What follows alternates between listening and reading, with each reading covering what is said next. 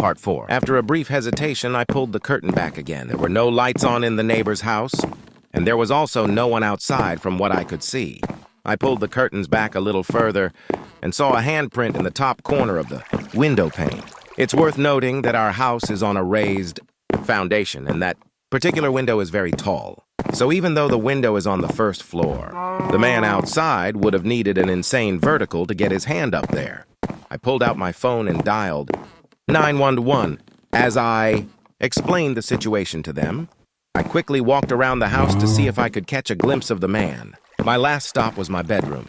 Once inside, I locked the doors, and while still on the phone with the operator, I took my handgun out of the safe in my closet.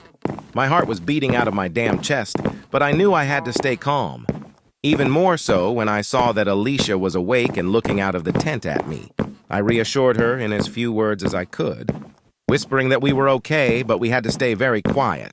I sat on the edge of my bed, my firearm ready and my ears straining.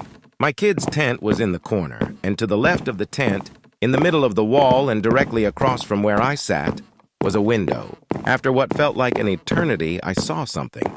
It was a cloudless night, and the moonlight was bright enough that I could see a silhouette through the white curtains. The dark shape was nebulous at first, but became more clear as the man outside stepped closer to the window. Somehow he knew which room we were in.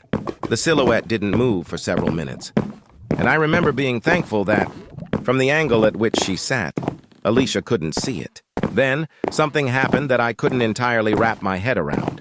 The man stepped back from the glass and raised his arms, making a Y shape with his body and his limbs. Only his arms were far too long. They seemed to be double the length that they should have been, each arm about the same length as his entire body.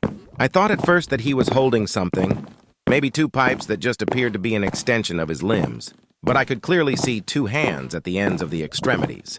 I could see 5 fingers on each hand, flopping around slightly as the man brought his arms closer to the window. Thud, thud, thud. Subscribe for final part.